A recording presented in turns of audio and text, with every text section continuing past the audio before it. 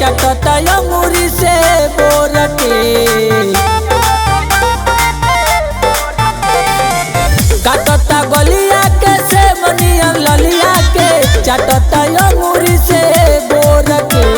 आयो देखी देवरा के ये हो बलमुआ सीता वही में छोड़ के आयो देखी देवरा के ये हो बलमुआ सीता वही में छोड़ के।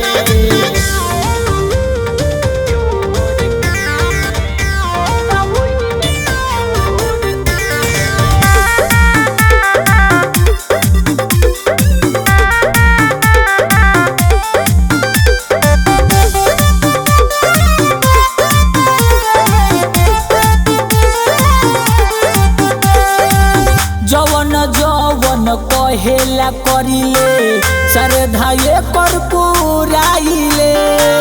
कायदा से फायदा उठा के बलमुआ जियारा ये कर जुराइले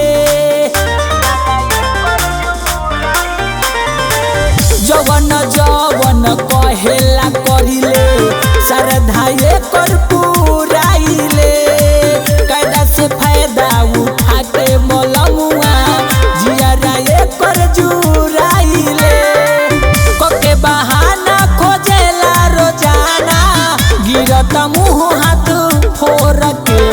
आयो देखी देवरा के ये हो बलमुआ सुतता वही में छोड़ के आयो देखी देवरा के ये हो बलमुआ सुतता वही में छोड़ के।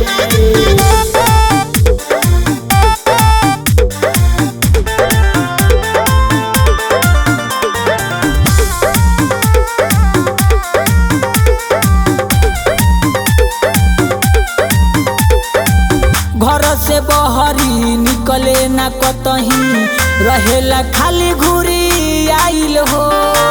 लगता कहियो खैले नई